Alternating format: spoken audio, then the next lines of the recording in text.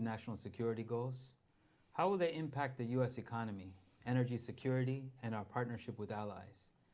I'm your host, Navin Girishanakar, president of the CSIS Economic Security and Technology Department, and today we talk to our senior experts on economics and energy, Bill Reinsch, Phil Luck, and Joseph Majkut, to unpack the Trump administration's use of tariffs to address the fentanyl crisis. Phil, Joseph, Bill, thanks for joining. Let's get started on what has actually happened with the use of the International Emergency Economic Powers Act. Phil, why don't you just take us through what has happened when the president announced it? What are the dimensions of these tariffs? Yes, the president announced tariffs on Mexico and Canada of 25%, with a carve-out for some energy exports from Canada of 10%. Also announced tariffs on China of 10% as well. All of which under IEEPA, which is a law that gives the president broad economic coercive levers to address national security threats or national emergencies that come predominantly from an external source. This was, of course, the reason he gave was the fentanyl crisis. So the increase of both the production and distribution in Canada and in Mexico, and then, of course, migration as well. We saw earlier today that there's been some reprieve on the Mexican side. We still haven't seen what happens on the Canadian side, but these would have a very large economic effect if they went into place. Right, so let's just a little more color on that. So Sure. the reprieve on the Mexican side is a deferment of a month or a pause until those tariffs go into effect. Yes. There's been some discussion with the president of Mexico on border security or troops on the border to deal with the fentanyl interdiction. So that's happening, and he's bought some time for negotiation. So I have that right. Is there anything else on that piece that we should be aware of? I mean, that's my understanding, and things are moving quickly. That's my understanding on the Mexican side. We'll see what happens on the Canadian side. They've taken a different tact, of course, that they've sort of announced their retaliation that they'll take into place. And so if that goes forward, we'll see relatively large economic impacts on both sides of the northern border. Again, the thing that needs to be stressed here is that the North American economy is one integrated supply chain, right? We import an enormous amount of machinery and other things from Mexico. Those things are parts of automobiles that are manufactured across all three countries. Your average car will cross borders 6 or 7 times before it's completed. More than 30% of a car that's an export of Mexico, more than 30% of the value added, was made by American workers in America. So this is like putting up a barrier between New Jersey and New York. Like, it's massively impactful. So you started to get us into economic impacts. This is really good. So let's go to energy impacts as well. So Joseph, you've been looking at this very closely. Let's talk. Phil's talked about the energy carve-out, which is really like 10% instead of 25%. For Canadian energy sources, but tell us what this means in terms of its impacts in the U.S. Of course. Now, the U.S. and Canada, like for a variety of other trade, have an incredibly deep energy trade relationship. And by and large, the U.S. is an importer of energy resources, particularly crude oil from Canada. Canada actually last summer reached a record level of imports in the United States, over 4 million barrels a day, multitudes larger than we get from OPEC nations. Widely misunderstood by the general population that Canada is our single largest source of oil imports. And I think you see in the reduced tariff rate on energy resources some consternation about the price impacts of these kinds of tariff actions. So at the 10% rate, we're looking at price increases, particularly in Midwest, for a variety of technical reasons that we can talk about, increases anywhere from 5 to 20 cents on a gallon of gasoline. It sits a little bit within the sort of normal range of variation. If you were up at that 25% level, you would see a doubling and a half of that level of price increase, most likely. That, on the oil side, I think in particular it's important to note, runs particularly opposite a lot of what we're hearing from the administration on its broader desires with respect to energy costs, which is that they go down. Clearly, they've made an assessment that the costs imposed by this action are worth the potential benefits in kind of political negotiations with Canada. Not my lane, so it's hard for me to evaluate that exactly. But it's pretty clear that should these tariffs be imposed and stay, we're going to see noticeable, but I would say not dramatic price increases in the United States. Do you know if it's being tariffs are being applied to electricity imports? I actually don't have a line of Somebody sight asked on me that. about that. Yeah. The electricity trade between the U.S. and Canada also favors imports into the United States.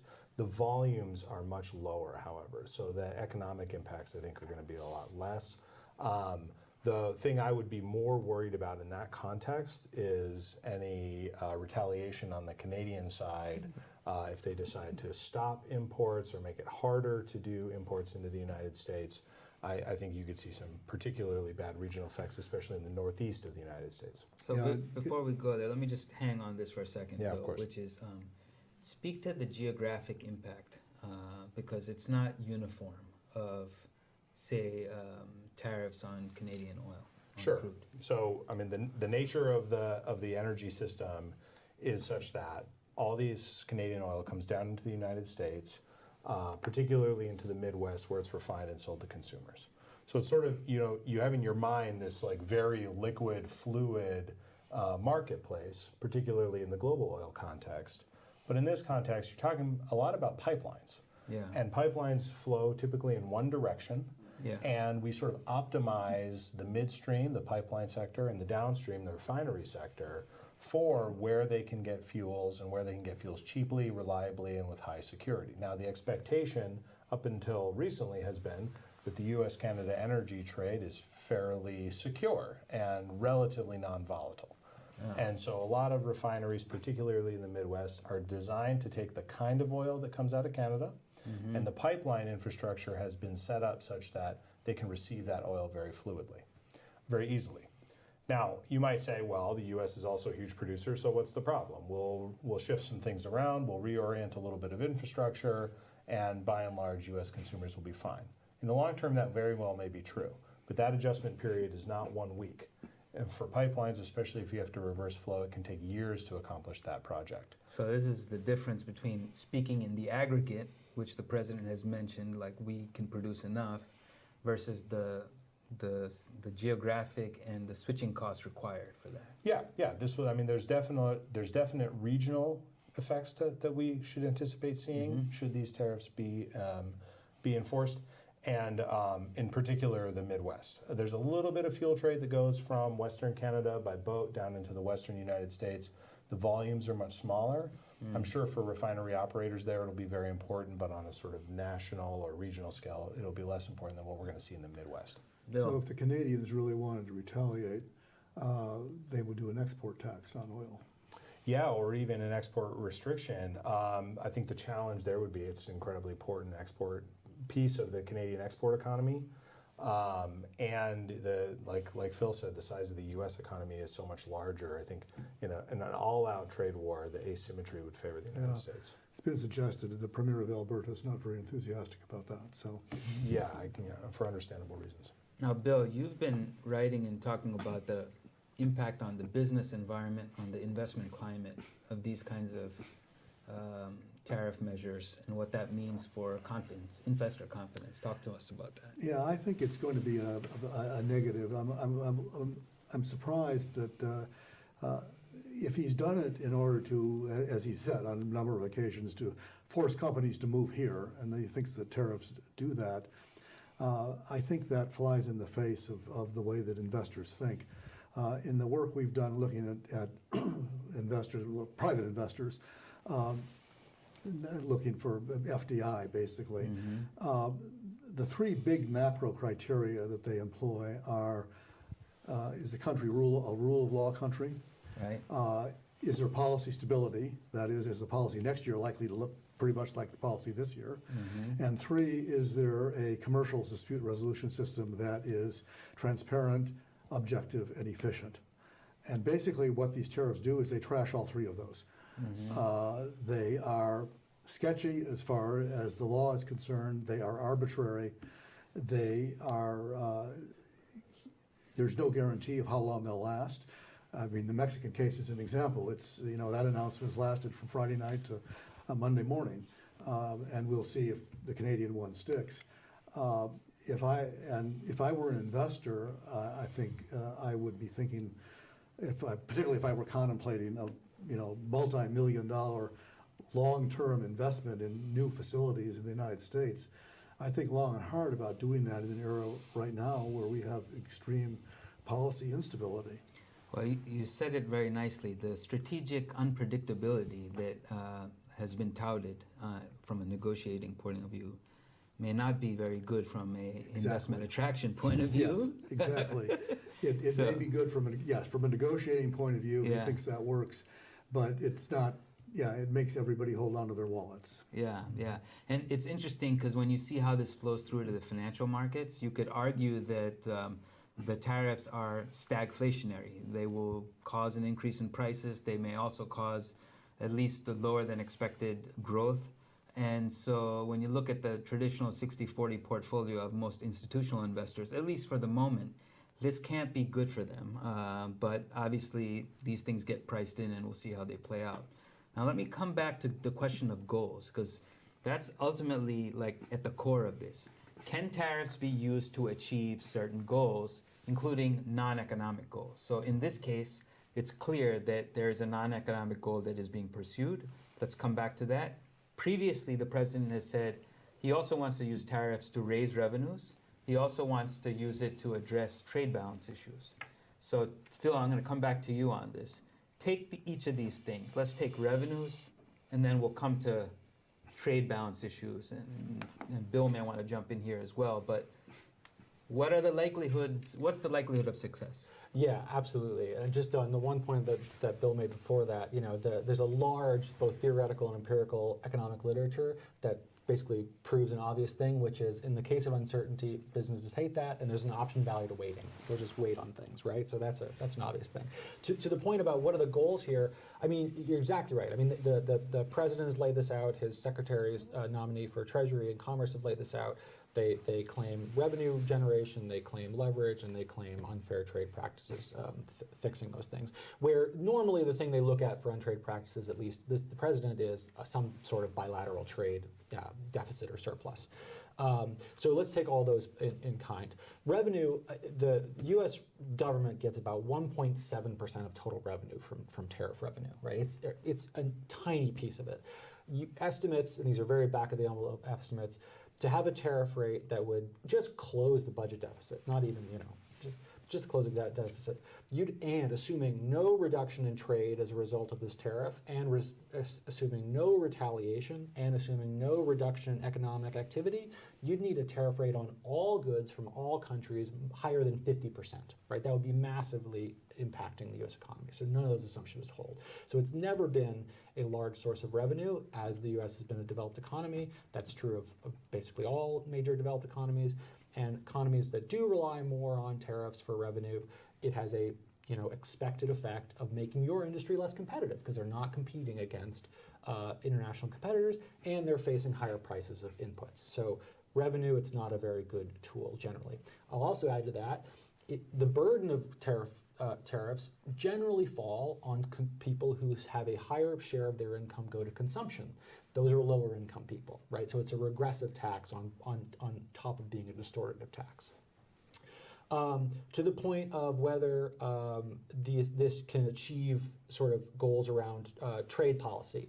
So, look, I think we have tariffs on the PRC. Some of those, the 301 tariffs, were instituted because of IP theft, right? That's a clear case of we using a trade instrument to try to change behavior of a partner country. They have not been very effective, and we've paid a lot of those tariffs. But that's a case where you can use that, and I think in some cases you can. We don't really have, for the most part, those issues with Canada and Mexico. We have some small issues, but certainly they're not being addressed by our current situation. The other thing I would note is if you're using the trade imbalance, the bilateral trade deficit, that's a really bad measure of a unbalanced trade relationship. I have a trade deficit with Costco because I buy things from Costco. Costco does not buy things from me. That has nothing to do with the fairness of our relationship, right? So the bilateral trade deficits are not a good measure. Oh, you're raising a good, accurate point, a philosophical one with which the president and people in his administration would probably vociferously disagree. But let me take you here. Yeah. Let's just take it at face value, Sure. right? Which is that, tell me if I'm correct here. We impose tariffs on Canadian goods and on Mexican goods. Chances are we will see a rise in imports from other countries like Germany or others in Europe. In other words, you might solve the bilateral trade balance with those countries, but you won't solve it in the aggregate because our producers need those imports, right, as inputs to their production. Yeah, absolutely. In some cases, that's the best case scenario for us in the sense that, look, when we saw tariffs on the PRC, in situations where there wasn't another place we could buy it from, we had to pay the entire tariff, right? Because they knew that it was only going to be produced in China, therefore they could just pass the whole cost on to us. You're exactly right. Great point. Yeah. So in the case of, in 2009, when President Obama put tariffs on the PRC tire industry, right? Because we argued that they were dumping into our market. We put tariffs on them. To your point, really what happened was we bought more tires from South Korea and Japan rather than the PRC. We did pay higher prices for those tariffs, so costs went up. We saved a few jobs, right? That's absolutely the case. We stopped a slide in the auto industry. But one point I want to make is any protection like that comes at enormous cost. If the estimates of the time showed that for every job saved, consumers paid about $1 million per job, right? That's, this is a problem where the benefits from this types of tariff policy can be very acute, narrow, but the costs are diffuse. Everyone paying quite a bit more for tires. It's hard to see in aggregate, but the costs are really quite enormous. You raise a really interesting point around IP, and I think it's a parallel to fentanyl interdiction, which is the following, and I'd welcome your thoughts on this, which is that tariffs are stroke of the pen measures. But to know whether you're succeeding on fentanyl interdiction or on IP implementation, this has to be assessed through time. So then it raises questions on what's the threshold before you see tariffs come back. Like, there is an important set of questions here on the design of this quid pro quo arrangement. Do you have any thoughts on that, anyone? Maybe start with Bill. I don't have any thoughts on that. Start with somebody else. Do you disagree with what I'm saying? As you were talking, I was thinking there's just one of the problems of these things is the inevitable time lag. I mean, you're right. The tariffs go into effect on the day he chooses, which could be the next day, or in this case, 2 days, 3 days later.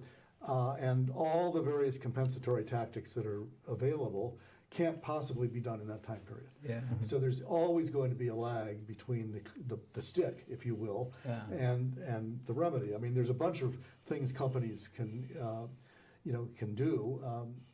They can, American companies that, well, think about retaliation too, and which we haven't talked about yet, but tariffs here go up. I mean, but the normal thing, if you're a Canadian company suddenly facing tariffs, you can, or if you're an American company that suddenly has discovered all this stuff all your parts become more expensive, you can just eat it and move on and hope for the best, hope nobody notices. The most common thing to do is to try to find alternative sources. If the tariffs are targeted as opposed to on everybody, you just find non-Canadian, non-Mexican sources. Right. One of the ironies of this is in the automobile sector. If you are, say, a German automobile manufacturer that's assembling your cars in the United States, but you have a supply chain that includes Mexico, of which there are several, what you will probably do is stop taking your parts from Mexico and get them from Germany. That's not going to create more jobs in the United States. It just rearranges the deck chairs, if you will. And I think that's a common move. Trump's belief is that what you will do is move here. And move your production here.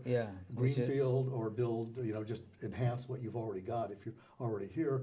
And we already talked about that. I mean, a significant assumption, Well, plus, even if you're going to do it, it takes years to do that. I want to hit something that you raised. Let's talk retaliation, and let's also talk China. We've been talking about Mexico, Canada. We haven't talked about China. So, first of all, let's hit China. What is the likely impact of the tariffs on Chinese goods, both for U.S. consumers and producers? And then let's move to the retaliation point. So, anyone, you want to hit China? Sure, yeah. I mean, look. I mean, the China point. Yeah. Look, we saw a version of this, but under Trump 1 and under the Biden administration. You know, the record shows we paid the vast majority of the tariffs that we put on China. Now, these are broad-based. This might be slightly different, but I don't expect that to be very different. Now, over time, we did see some reduction in our imports from China, but that resulted in increased imports from Southeast Asia and Mexico, a lot of which was Chinese firms setting up facilities in other countries. You know, they've seen this sort of move towards protectionism over the last 8 or so years, and they're much more prepared than they were last time. They also have a better toolkit, to your point about retaliation. They've got a better toolkit for retaliating, right? They have a much more developed export control regime, right? We depend on them for a lot of critical minerals, gallium, germanium, a host of graphite, a host of others. And so in addition to just buying less soybeans, which they did last time, they could put some pretty significant harm on our economy. The other point I want to make about retaliation, which connects to revenue, even I said that it's not a good source of revenue, but I have to admit it does bring in revenue, right? In the first Trump trade war, about 92% of every dollar we brought in revenue, we paid right back out to farmers to bail them out for retaliation, as a result of retaliation. So that's just another aspect of this challenge. Yeah, the price elasticity of all of these goods has to be looked at when you're thinking about the impact of tariffs, which I know you and your colleagues would be looking at. Let's come back to retaliation, because I want to shift back to China, to Canada for a second. It has been suggested, and I heard at least one politician in Canada talk about, you talk about the germanium and gallium. I've heard some Canadian politicians talk about critical minerals as a choke point that they would use. I think of uranium, for example. Any thoughts on that? Yeah, I mean, I actually looked it up, Bill, while we were talking. Not clear to me that this applies to electricity, but definitely would apply to critical minerals. One of the, this administration is looking at energy resources as including anything from oil and gas products to refined products to critical minerals. Yeah. U.S., Canada, critical mineral trade is fairly large, particularly uranium, nickel, a few others. In fact, higher trade volumes than we have with China on those goods when you measure the sort of the raw material. It's hard to know what to say about it other than this is going to increase the cost. Do we have the ability to adjust our production and adjust our supply chains? Sure. Could some of that be produced in the United States, and is that part of the Trump administration's long-term goal via permitting reform and a variety of other interventions? Absolutely. But the question is, I think for me, and I pose this to the table if I may, a little bit, how much is this weather versus this climate, to borrow an analogy from my background, right? So there's an immediate thing that the Trump administration wants to address, fentanyl issues. Right. This is a new sort of tool that we don't have a good muscle memory for, which is using tariffs to accomplish other political goals, not something the U.S. has done for a long time. And so I guess my question is for the group, how much is this just going to be sort of the order of the next few years versus are we in a sort of secular moment where we should just expect larger tariffs on a variety of products as part of this agenda? That's a really interesting question, and I think it depends a little bit on the extent to which Congress decides to assert itself. This is kind of a major intrusion into what I think the Constitution, Article 1, Section 8, assigns to the Congress authority to make these decisions. If Congress has delegated over the years, this is not just delegating, it's sort of seizing it. There's not an early sign that anybody's going to stand up to him on this issue. Right. And I think nobody will unless and until they start hearing from folks back home that prices have gone up or there's shortages or people are being laid off because they can't get parts and components and the factory has to shut down temporarily. Those are all possibilities. But until that happens, I think he gets away with it. And the question is this, it's weather or climate? Right. I mean, the Republican Party seems to have shifted in his direction on this. that's a big change. I mean, the Republicans historically have been the party, well, since 1950 or 52, have been the party of international free trade and international connection. And now they're not. Will they revert when he leaves the scene? I don't know. If there are people who remember what that was. So here's the thing. I was alive. Let me tell you, what's really interesting is a question that I have to answer your point. I thought it was a great question. Is what lesson will the administration learn from each one of these incidents? So, for example, in the Colombia instance, which was, a week ago, that would have been viewed as, at least it was presented as a success. The tariff leverage worked as a success. In the case of Mexico, I think from the 10,000 people on the border, it's possible that they'll say, okay, that was a success. Right. Now, these are countries that really are not in a position to leverage much. They're kind of on the back foot. But Canada might have alternatives, and it remains to be seen how that plays out and what lessons are learned there. If the lesson again and again is the tariff bludgeon worked to achieve non-economic ends, then I think we're in the secular moment. Right. And if there's no one challenging. And so that brings me to the last thing I wanted to ask all of you, which is the impact on partnerships. Canada is about to take over the G7 presidency, is that right? Yeah? They are Coming up, right yeah. now. Yeah. And we need to orchestrate technology and partnership alliances to address, the United States, I should say, needs to orchestrate these alliances to address the bigger question, which is the tech competition with China. Right. And you need Canada, you need others. And so the question I would have is, how do you see the impact of these types of engagements, these types of potential trade wars on alliances, which we need? Long-term disaster, I think. It's a major squandering of soft power. I mean, the countries that have been attacked so far are friends and allies. Canada, I mean, longest peaceful border in the world, in history, and they're annoyed. You read the stories about, booing the national anthem, taking all American liquor out of the liquor stores and things like that. I mean, we're just, America has been, I think, remarkably effective over the years in soft power, in helping other countries grow and develop, and in return, hopefully getting them to cooperate with us on the various things that we think are important. If you irritate all of our friends and allies, who are you going to rely on? You can't rely on the Chinese to help us out. We used to be able to rely on the Canadians to help us out. And I think what you're going to see is, just as companies are de-risking from China, countries are going to de-risk from the United States. Yeah. I think that a couple things are important to note here. One, that because as you say, the depth of this relationship is so strong, our security entanglements, our human entanglements, right? I've got Canadian kin and family and all that. You might expect these relationships to be slightly more stable. The question is how much does waving the tariff flag kind of allow for rearrangement, right? I will note, and one of the perils of doing live broadcasting is a 30-day pause on the implementation on the tariffs of Canadian imports was announced about 10 minutes ago. And so, a lot of what we've talked about are the stakes. I don't think this issue is going away. But on the question of, what is the political power that the Trump administration is going to be able to leverage out of threatening tariffs, it's pretty clear they're going to get concessions both out of Mexico and now likely Canada. The whole thing always ends up being played as a victory. Right. Trump will claim victory. Right. He will claim victory against the Canadians, claim victory against the Mexicans. Whether or not they actually gave him anything doesn't really matter. The brilliant other party, the brilliant adversary, structures the outcome so it looks like Trump won.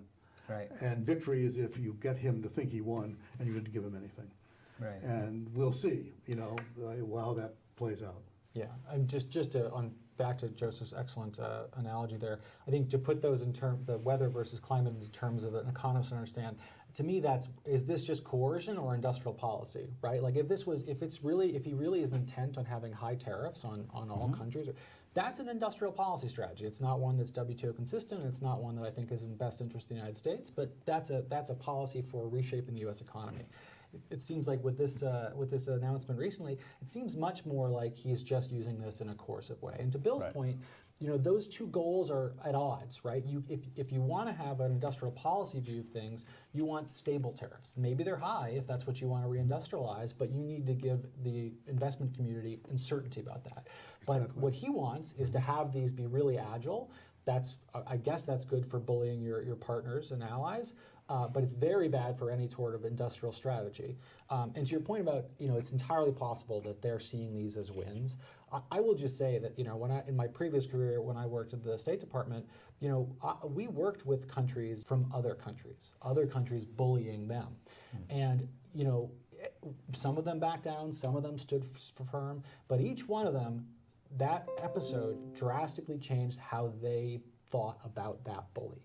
And so I would hope that the administration can see that you might win things in the short run. You might be able to get concessions or a few more troops on a border or a new dialogue, but the long-term cost of this type of behavior is really, we'll find out how big it is, but I think it's pretty big. Unless you're committed to it, unless it really is part of an industrial strategy where we're going to compensate losers in the United States, we're going to change the supply side so that we can meet that. And that's sort of a different, longer cycle issue. Yeah, but then we'd have to see, I think the policy, what we'd see from the administration would be different from what we're seeing right now.